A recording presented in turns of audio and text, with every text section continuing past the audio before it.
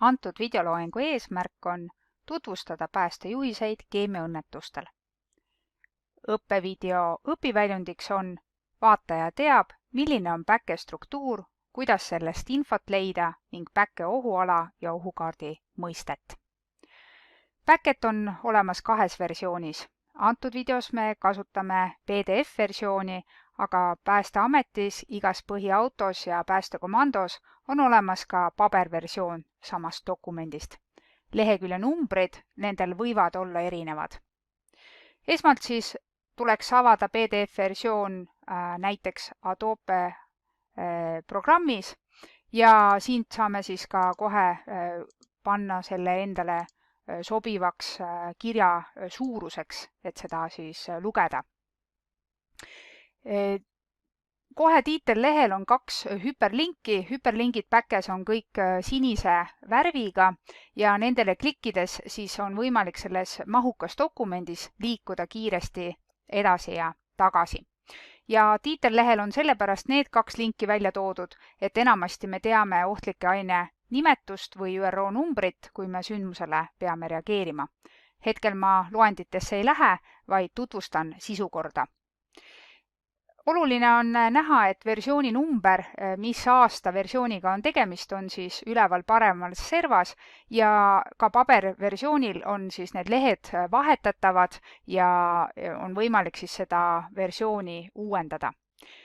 Kokkuvõttes koosneb päke 5 olulisest plokist. Esimene plokk on kasutusjuhis, kus on 8 alablokki ja siin on siis tutvustatud, millega tegemist on, kuidas sellise dokumendini on jõutud, kuidas seda dokumenti kasutada. Väga oluline on siin just peatükk 1.7 ohuala määramine, millele me keskendume videos ka põhjalikumalt. Teine peatükk on taktikaliste juhiste loend. Taktikalisi juhiseid on 4 erinevat võimalust otsida.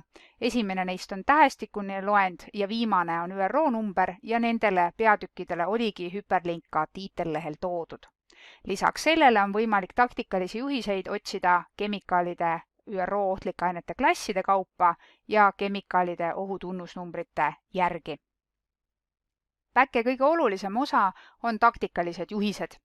Taktikalised juhised on 3. peatükis tähistatud alati sõnaga juhis ja tee ja number näitab siin siis, milline taktikaline juhis, millise ÜRO ohtliku aine klassi kohta käib. Kui on ühe sama ÜRO ohtliku aine klassi kohta mitu juhist, siis on need tähistatud tähtedega ja siis võib olla ka sama tähe puhul veel 2 juhist, millest üks on siis tegutsemine mittepõleva lekke korral ja teine on siis tegutsemine tulekahju korral. Ja niimoodi on siis kõigi ÜRO ohtlike ainete klasside kohta päkes toodud juhis, välja arvatud 9 muud ohtlikud ained, kuna sinna kuuluvad väga eriliigilised ained ja ühtset taktikalist käitumisjuhist anda ei ole võimalik. 4. peatükis on metoodilised juhised. Ja metoodilised juhised on väga mahukad ning mõeldud eelkõige õppusteks ja harjutusteks ja väljaõppe läbiviimiseks ning metoodiliste juhiseid saab kiiresti meelde tuletada sündmusel, kuid nende otsimine ja kasutamine sündmusel, et hakata üldse välja mõtlema, kuidas tegutseda, on üsna ebatõenäoline. Nii et metoodiliste juhistega tuleb kindlasti tutvuda enne sündmusele reageerimist. Ja viimane plokk on siis ohukaardid, mis on omane ainult eestikeelsele päkele.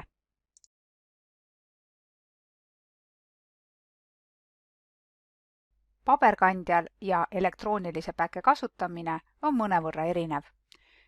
Vaatame, kuidas kasutada elektroonilist päket. Küsimus on, millises PDF-i avamise programmis te olete selle avanud. Antud juhul on siin programm näha. Nüüd, mis eesmärgil me soovime päket kasutada? Kas me tahame seda lihtsalt lugeda või meil on vaja leida konkreetne taktikaline juhis?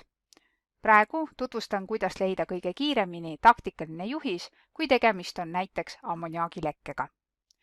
Olles avanud programmi, teades ohtliku aine nimetust, avan kohe tähestikulise loendi ja tähestikulisest loendist on näha, et ammoniaak on siin ja taktikaline juhis on T2H.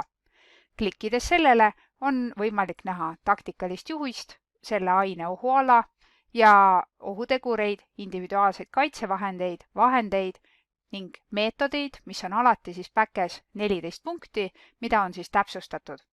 Samuti on võimalik liikuda taktikalisest juhisest otse metoodilise juhise juurde, klikkides siis lingile, kuid sealt tagasitulekut näitan kohe. Ja kui te olete lugenud läbi kogu taktikalise juhise, siis on teil selge, kuidas tuleks standardprotseduuridena antud sündmusel reageerida. Kui on küsimusi ammoniaagi ohukaardi kohta, siis on võimalik taktikalised juhised kohe klikkida ammoniaagi ohukaardile ja avatakse ammoniaagi ohukaart.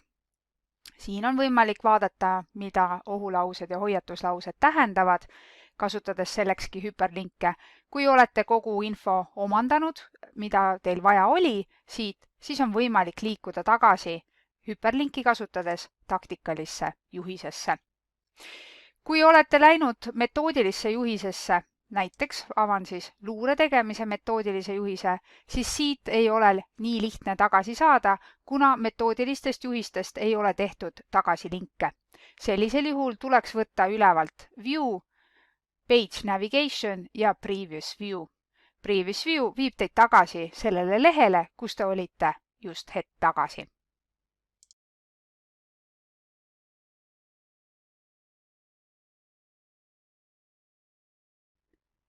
Ja selleks, et mõista, mida tähendab OA6 ja need meetrid siin taga, liigume siis peatüki 1.7 ja kõige lihtsam on seda teha läbi sisukorra, sest ohuala määramine on just selles peatükis lahti seletatud. Ja ohuala suurused ja definitsioonid on siin peatükis siis kirjeldatud, on toodud ka näited, millisele lekkele kui suur siis ohuala on, kuidas ohuala on võimalik vähendada, arvestades siis ilmastiku tingimustega ja loigu suurusega. Ja ohuala mõiste on siis OA-ga tähistatud ja siin on need evakuatsiooniala ja hoiatusala mõiste ka selgitatud ning kui meil ammoniaagi puhul oli OA6, siis leiame siit, et vahetu eraldumine 300 meetrit igas suunas ja alla tuult 1000 ja siis kemikaali kokkupõttel võib põhjustada ärritust juba 2000 meetri kaugusel. Et niimoodi tuleks siis seda ammoniaagi ohuala lugeda. Ja samuti näeme, et ka siin on hüperlingid olemas.